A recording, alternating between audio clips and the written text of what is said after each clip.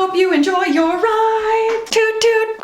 What's up guys, welcome back. Today we're just gonna have some fun. I've been doing a lot of sponsored content lately. It's that time of year and I have absolutely no complaints whatsoever. This is a very seasonal line of work. May through August is pretty bleak in the influencer space, but I have so much new fun stuff to try with you guys today, and I'm going to pretend I didn't just try it and get in over my head and have to wash my face and start over. I have a new Pat McGrath palette. I have a new Pat McGrath lip gloss, but I also have a bunch of these from ATHR. These are the triumphant return of the Radiant Ruby lip colors. Also, I have these. These are the Danessa Myricks something chrome flaky things. I will look it up and put it on the screen because I am such a professional, but I got the only shades that were still in stock when I ordered them, and then I got an email yesterday. It was like, everything's back in stock, and I was like, well, that's neat, but I got Moonlight and Starburst, and I'm not complaining, okay? These don't suck. They are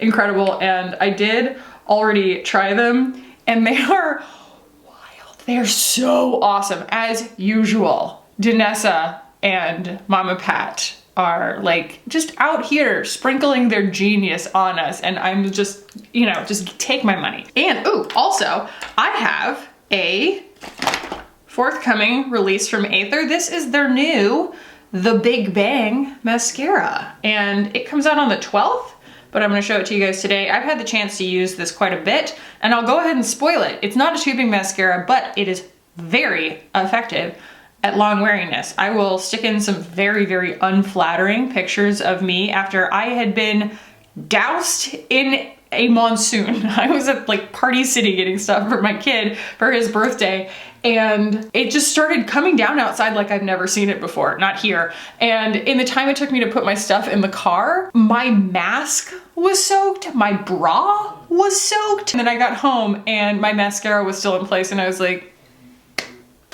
okay.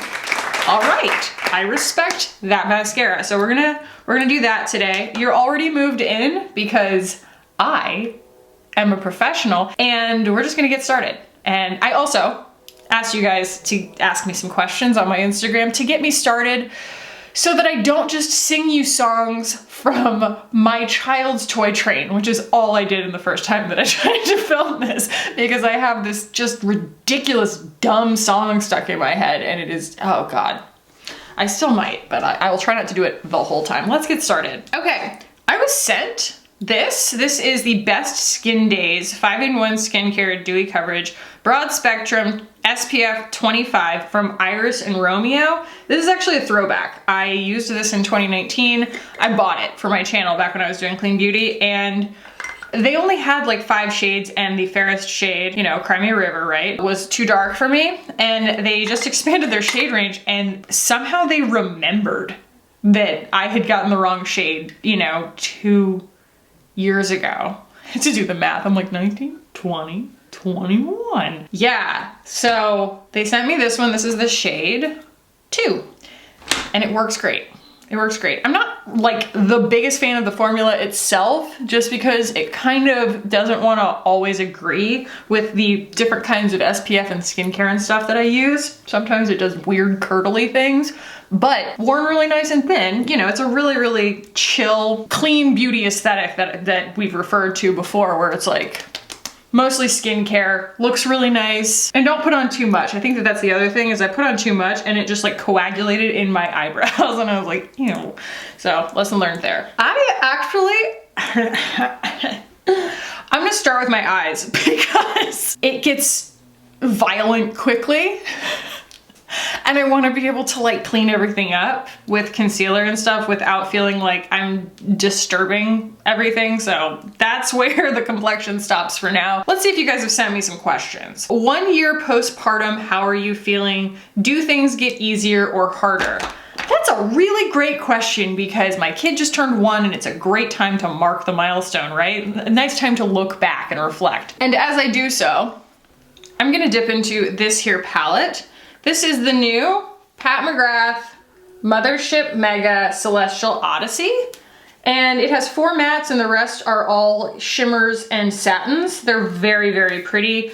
There are none of the confetti shades, I don't think, in here, but it's still incredibly gorgeous. Just so beautiful. I swatched a few and they thrill me. So I'm gonna try not to get carried away. The thing that I always joke about, but it's like not really a joke, it's so true, is that every time I get a Pat McGrath palette in my hands, I just make mud, and it's always beautiful mud, but I always make mud because I can't make any decisions.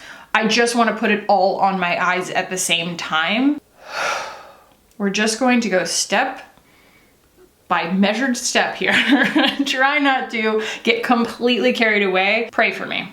Postpartum, yeah. So I was actually showing my son, not that he really understood what was happening, videos of right after he was born, because there's really nothing more self-congratulatory than looking back at when your kid was born right when they hit a year. My friend who has 4 children, still, she's like, it never gets old, the amount of change they go through in the first year of their life. You know, kids are kids and they grow really fast and they grow out of clothes, they grow out of shoes, they're always changing, they're always learning. But that first year they go from a larva to a babbling, mess-making, conscious, amazing personality-having human.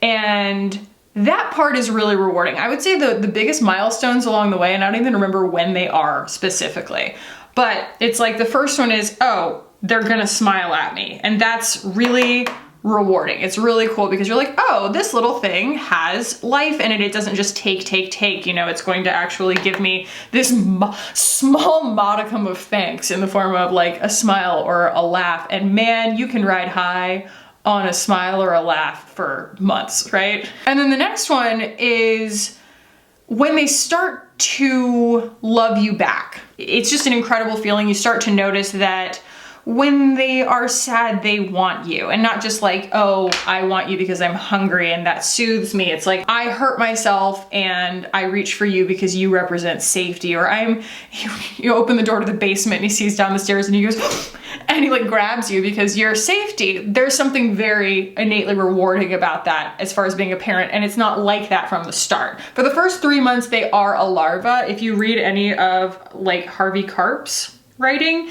he basically refers to it, you know, the same way a lot of people do, as the 4th trimester. Basically, babies' big old brains, humans' brains, are so big that we have to be born essentially premature and be taken care of much more than other mammals because we wouldn't be able to get out of the womb otherwise. So we have to be born before our heads get too big. But that also means that we've got like soft spots and underdeveloped everything, and they're not with it. You know what I mean? They're not making eye contact with you. They're not paying attention to your facial expressions or anything. Like, all of those are milestones that they have to pick up. And so the first few months are really, really, really hard because it's just this thing that takes. And for me, I felt such an overwhelming sense of attachment for him that it wasn't really that big of a deal for me. Like, I was able to just give. But I really felt for my husband because, you know, he was meeting him for the first time the day he was born. I had been carrying him around in my belly for 8 months. And so it was hard to kind of, you know, be like, don't you understand this insanely strong bond that I have with him? Like, I feel like his heartbeat is my heartbeat. And it took my husband a little while not to like love him. Obviously he loved him from moment one, but for it to go from like fear of like this thing that needs me, like me failing him, to this thing where it's like, oh my gosh, you know, this is so rewarding. And he finally has gotten there as well. So that's really incredible. And then, you know, you just are so excited that they're moving around and everything, but oh my God, at least ours. My friend Erin sent me this, I guess I saw it on her Instagram. It was like this picture of her kid and she was just like laying on the dog's bed. And I was like, your kid sits still? What is that like? And it's not like, you know, some kind of, you know, parent trope. Like, the child doesn't sit still. If he like stubs his toe or pinches his finger and like cries for a second, you have to like savor that cuddle. You're just like, oh, he's hurt. He's like, you get to be a parent holding a baby for like 5 seconds until he's like on to the next thing. But he is all energy, all energy. Khaki. We're going to exercise restraint and we're going to open up the Danessa Myricks foils, because if I don't, I'm going to make mud, okay? Okay? Okay. I'm closing those for a second because this is about to get real. You can see these from space. So to answer your question more concisely, the answer is it gets so much better because it gets really rewarding. Your kid just starts to like gleefully interact with you. I mean, lately our thing is ba ba ba ba ba ba ba. That's his favorite, you know, and he does it too. And then I do it to him, and then he does it to me, which is basically just him slapping me in the face. It's amazing. It's the best thing ever. So yeah, you know, your full scale of like what counts as awesome completely readjusts, but every day you like look at this little person and you're like, you used to not exist.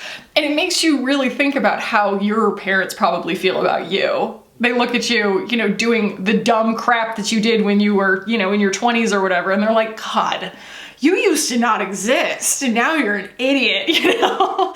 And then also how much they love you. And like I never understood how much my mother loved me until having my own kid. And I was like, oh, this is all consuming. Oh, and it's never gonna go away, is it? That feeling of fearing for them and wanting the best for them and, you know, would kill for them kind of thing. That part is just, it has to become kind of normal. I have gotten to where I have a glass of wine every single night, not more, but I have one glass of wine every single night just to calm my heart down and transition back from I am in constant vigilance to make sure that my child is safe and okay to he's in his crib asleep. I need to like tamp back down to earth. That's it. Just take the edge off of the anxiety of it. Like it's just, but it does get so much better and it's just continuing to get better. And he finally is like swallowing Cheerios, which is, you know, it shouldn't be a monumental step, but it is. And we're very, very grateful for that. So this is definitely different than the first time I tried it. So I put this on top of a like glittery foily shadow from the Pat McGrath palette the first time. Oh, whoa, whoa, Danessa. Do. Nothing matters anymore, only flaky glitter. P is for pants. Pants, on it with me. And it went ultra reflective, but it was like a very dense reflection, and now it's on top of like nothing, but it has the shadow up here, so it's almost like reflection on top of negative space. How neat is that? So actually what I'm gonna do is I'm going to put the pink on top of that. I will say it has a consistency that is very wet and dries down, but because of that, it has a funky kind of feel. It probably has a little bit of like alcohol or something in it so that it'll dry down all the way. And it's a sensation. It's not uncomfortable or anything, but you do notice it. So, oh my goodness. So yeah. That's okay. You know, when I put it on top of those shadows, I was like, oh, okay, so this is like a special occasion kind of thing. You know, like it's not every day you want to look like that. But when you put it on top of nothing, like that's a vibe. That's like, I could, you know what I mean? Wear that, just throw some mascara on or whatever. And I mean, it's definitely a look, but it's so much more wearable and flexible than I thought that it was going to be. That's beautiful.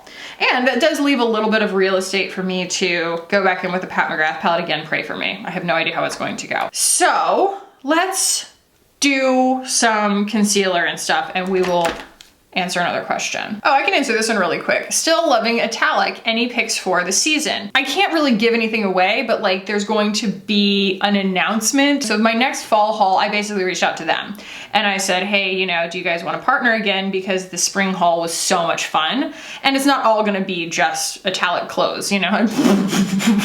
I bought so many things, you guys. It's like, oh boy.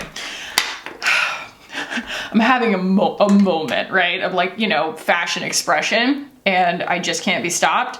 But basically I'm very still excited about Italic. I do feel like, you know, since they're very like cashmere and layering oriented, like very high-end basics, that they lend themselves better to like a transitional wardrobe for me or cold weather wardrobe than they did summer. And so that's why I didn't do anything with them for summertime. They have other things, but I don't, I got so much stuff when we registered for our wedding as far as home stuff. They had the most beautiful home stuff, but we don't need anything like that. You know, I'm not just going to like ask them to send me something that I don't need. That was something that I was taking into consideration too, but as soon as I felt the opportunity to partner with them again, that was why I reached out, was just because I was like, okay, like we're in a place where we have that brand synergy again. Yes, there will be more updates on that coming up in my haul. This is going so much better than last time. I'm going to do a little bit of a sculpt moment here. This is my Uma. Beautiful, beautiful, easy peasy, lemon squeezy. How do you find all your inspiration to create? That is such a complex answer. A very simple question with a very complex answer. I realized, I think a long time ago, that if I don't stay creatively stimulated, it's something that very much contributes to me starting to get really like sad. And I don't really know if that's always a healthy thing, because I do think that some of that has to do with being brought up millennial, as it were, and feeling like my entire self-worth is like tied to productivity. And so instead of just making myself completely sit still, which I do, I try to, there's also a part of me that's like, okay, how can I take that like kind of toxic hustle and channel it into something that is going to be maybe less productive by society's standards, but you know, more valuable and enriching to me and my soul, basically. That and being a hairstylist and being in marketing and growing up with a scarcity mindset. I'm not gonna really speak to like our financial situation growing up. I will say that we had a scarcity mindset when it came to like, you know, buying clothes or non-essentials, I guess is the word. And I think that that actually, what it did, it gave me this curator's mind where I might not always know what I want to create from scratch, but man, I know what I like when I see it. And I need to constantly be visually consuming new inspiration and feeling like I have my finger on the pulse of creativity, even if I am not the most creative person in the room. I'm not usually the most creative person in the room. And that's not me like, you know, digging for a compliment or anything. I think I have like a scarcity mindset when it comes to creativity for myself. I do think that I'm one of those people who's like, well, you know, if I don't use this idea, that might be the only idea I ever have as it pertains to art.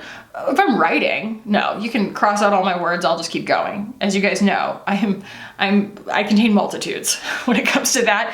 And then also, you know, makeup. Like, I feel like makeup is something that is so low stakes. You can wash it off and start over. It's such freedom. So the phrasing of that question was, how do you find all your inspiration to create? I guess I told you why, but the how is like, I really seek out other creative individuals. And that doesn't just mean in beauty. I like people's vibes, you know? I don't necessarily try and concentrate on like, I wanna be just like them. It's more like, I want to be at the level of all cylinders firing that person is. And that keeps gas in my tank, as it were. Because I think that like we all have to kind of function in ebbs and flows, right? You can't just be one thing all the time, but in order to become creatively stimulated in a way that I go into a flow state, I do have to find like genuinely new things. And I would say that that's how I spend my free time. If I'm on my iPad or anything, like watching TV or something, like that's what I'm doing. I'm going through all of my social media and I'm going through the internet, I'm going through art accounts and everything like that. I follow so many different people, so many different kinds of people, different kinds of creators, people who aren't even creators at all, and just people who inspire me, because I'm just like, I want to know what's in your mind. And that's the kind of thing that keeps me and my brain constantly going. And I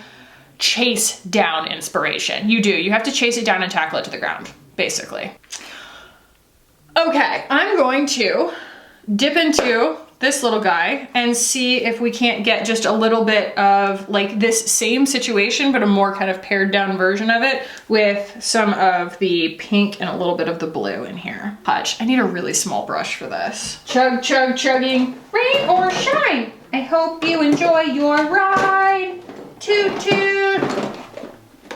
I told you. Aw, that's a really cute little brush. Okay, we're gonna use this one. This is the BK207. Look at how cute. Wow, okay, that'll be perfect. And for everyone who can't wear pink around their eyes, you can live through me right now. The same way that I live through you when you put yellow on your eyes. Yellow or yellow orange. Oh, that's nice. That's nice, I like that. And then I am going to take, this might ruin everything, but I'm gonna give it a shot. This one right here, this is such a fabulous little lavender. And I'm just gonna do that on my inner corner.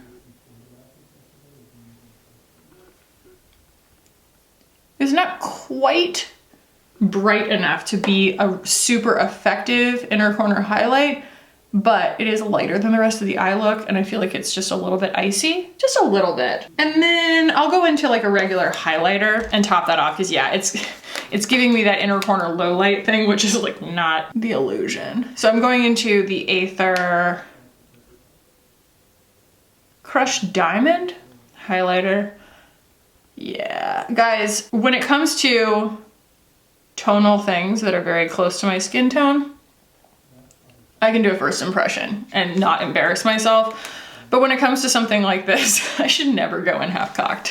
Like, it's just not going to go well. You know, if you French fry when you're supposed to pizza, you're gonna have a bad time. You know, I'm actually really digging this weird negative space situation that's happening here. So I'm going to let that be that. And we're just going to do a little bit of contour, and not contour, bronzer, and we will answer another question.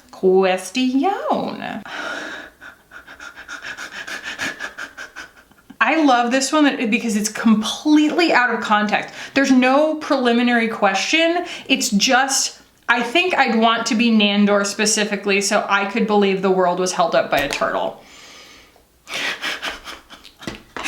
I have a feeling that's part 2 of a question, but part 1 ain't there, and I don't know where it is. It's very, very funny. So she's referring to what we do in the shadows. Okay, we're gonna bronze. We're gonna bronze while I do this, because I could talk about this all day. Typically shows by the 3rd season, you know, you're kind of like, okay, reel it in, guys. You know, it's like typically like jumping the shark or getting there. The most recent episode, and honestly just the 3rd season in general, of What We Do in the Shadows, Mike and I just refer to it as the vampire show, because What We Do in the Shadows is not a very catchy name for anything. It is so good, and they haven't all been great. They've been good.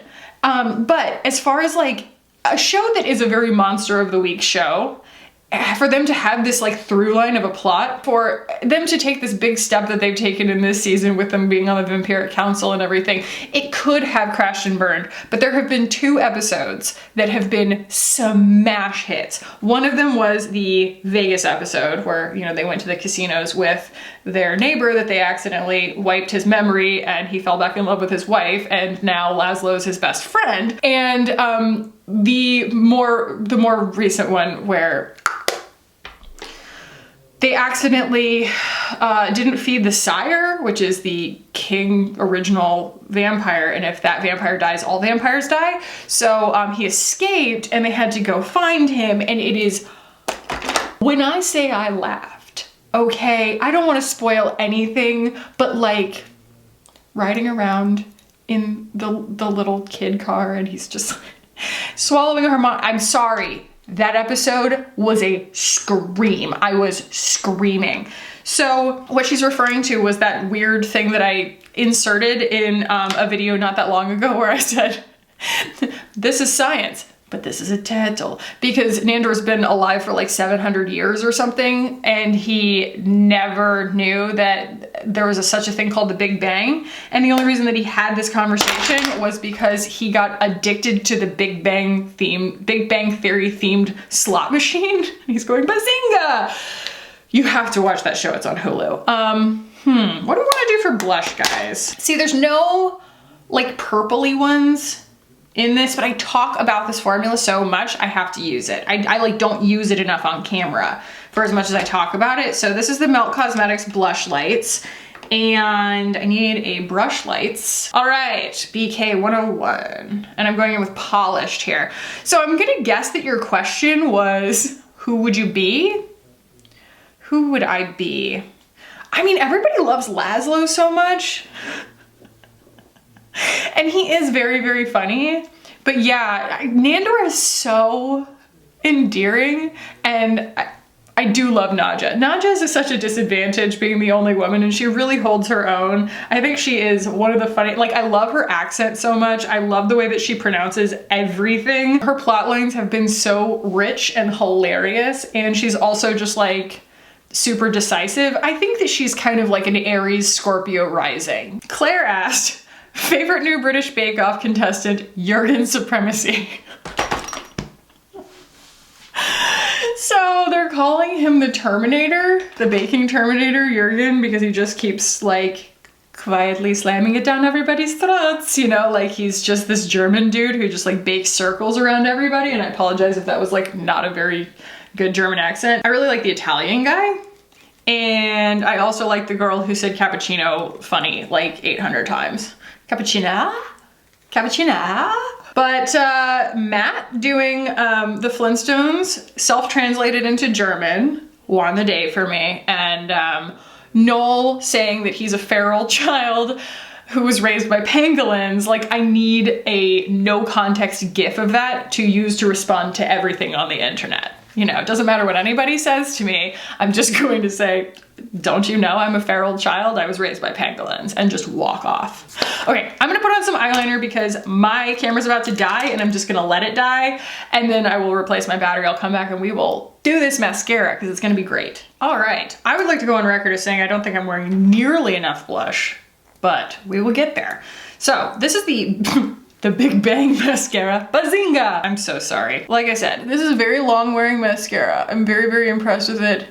And it is not a tubing mascara. So it is like a, you know, clean formula because ATHR does clean formulas. That should be very welcome news to a lot of people because there are a lot of people who don't want to wear tubing mascaras because they're so heavy.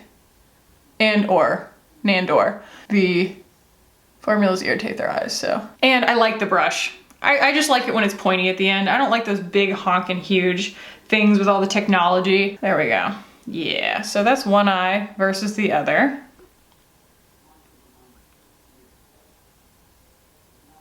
It's nice. It's very, very nice. So yeah, keep an eye out on ATHR's stories or their website or whatever. This will be out on the 12th, whatever day of the week that is. Such a professional. Wow, that really pulled it together on the eyes though, didn't it? I did not, like I said, I didn't think those flakies were going to be as wearable as they are, but that is a really, really fun texture. All right, we need more blush. Honey Thief. That's gonna bring a little bit of coral into the equation here. I love all of the Melt Blush Lights, but there is a big difference, I feel like, between the matte and the shimmer formula. So I do think that the shimmer formula is more unique, but I like them both. And then I also have Lynx, which is kind of tan, so we'll do a little bit of that too. That's a nice kind of sparkly bronzer. And I think one of the main issues is just that my under eye is so stark. What shall I do about that? Everybody's like, oh God, we thought she was done. You. I pick you. Pikachu. I choose you. Like, is that solving the problem? I don't know, but like, it's making me really happy. And also, I feel like I kind of cut the corner off a little bit prematurely. Like, I want a little more upwards motion here into my temple. Just a touch area. Get that shape right. Yeah, okay. I don't even remember what color of lip gloss I bought from Miss Pat. Oh man. That's gonna be amazing. So I do wanna swatch these for you guys because these have just been so in demand for so long that I wanna make sure, oh guys, wow, that's so pretty. These are the Radiant Ruby lip colors from ATHR. And it was my understanding that basically her distributor manufacturer was like a very, very small mom and pop situation, and they had to close their doors temporarily during the pandemic. And so I think she either had a new distributor or they reopened, but this is like the first ever fully recycled and fully recyclable lip color packaging. From here to, whoa, khaki. From here to here, we have Protect, Motivate, I don't have my glasses on, like Mutate, Manifest, and Dream. And I will have to say, Protect looks right up my alley because it's like that perfect kind of lavender brown. And then we'll go gloss on top.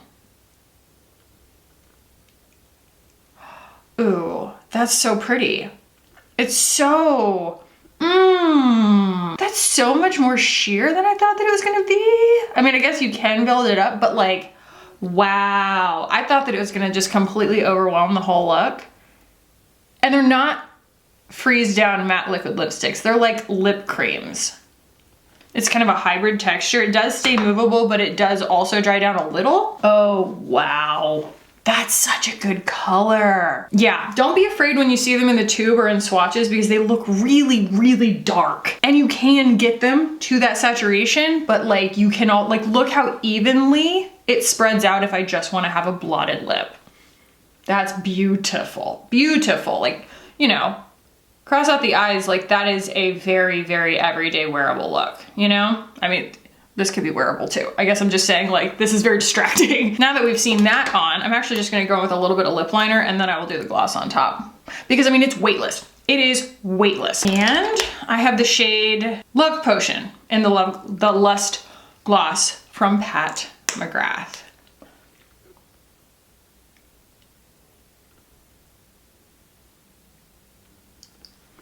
See, I thought that this look was gonna go really sideways and look weird, but that lip is such a vibe. You know what I think I need? I need just a little bit of brown in my eye look and it'll make it all look a little bit more at home. So let's do that real quick. Okay, something that I did not calculate for is that texture left behind by the glitter is a little bit difficult to work on top of, that's all. So it might look a little bit patchy, but it's okay. It made putting my eyeliner on interesting. And I'm just gonna do a little bit of powder to just make everything look a little bit more finished, a little bit more blurred. Whoa. I knew it was gonna be a whole vibe, guys. I knew it would. So, you know, all things considered, this is a lot more tame than I thought it was going to come out. All right, I'm gonna move you guys out and we will discuss all the new products that I just used. I will give you guys my thoughts on them. Ooh, man, good thing it's not Virgo season anymore because I am not hiding my mess. You know what, guys? I think we need to just complete the look here. Go full Meghan Sparkle. Buckle in. Okay, so while my face dries, let's talk about these things. This is the Iris and Romeo Best Skin Days. I'm proud of them for expanding their shade range and I want to thank them for sending it to me and having such an extremely long memory to remember that I had gotten the wrong shade before.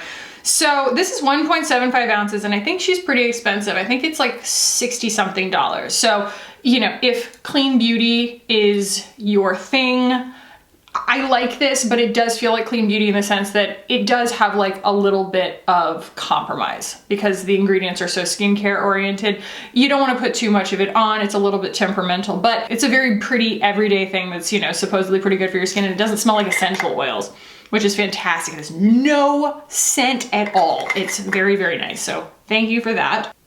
Pat McGrath. This is an accessibility thing to me. This is like, hey, you know, do you want to have the Pat McGrath experience for a lower price but get more bang for your buck, as it were, but you're gonna be skipping out on confetti shades. Like this, to me, it does just feel like a really, really high-end eyeshadow palette. It doesn't have any of those duochrome, trichrome, confetti. I always think of Celestial shades as being those ones that have that like freaky wet look, and there aren't any of those in here. So just bear that in mind. This is just a review. That's not like a binary good, bad. It's just like, this is $78, not $125. You get 18 shades instead of 10.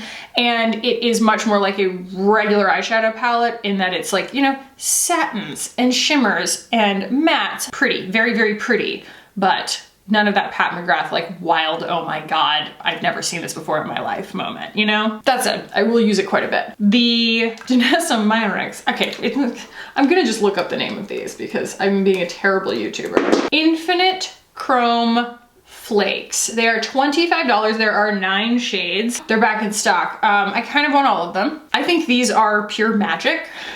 They remind me so much of like body glitter from like the 90s and early 2000s, but in the best way possible. It's like it's been elevated. She has very much like harnessed the power of the nostalgia, but brought it into like what we want to wear right now. There's something really, really fun about them. And you know by looking at that whether that's for you or not. I'm not going to convince anybody that they need okie dokie, unicorn skin flakes on their eyes. But if you are that person, you've probably already added to cart, you know what I mean? Like, it's just, it is what it is. It's so gorgeous. They are really, really fun. So yeah, it's gonna give you that mermaid eye, and it is super user-friendly, super, super easy, and it does dry down and you can work on top of it. I think these are fantastic.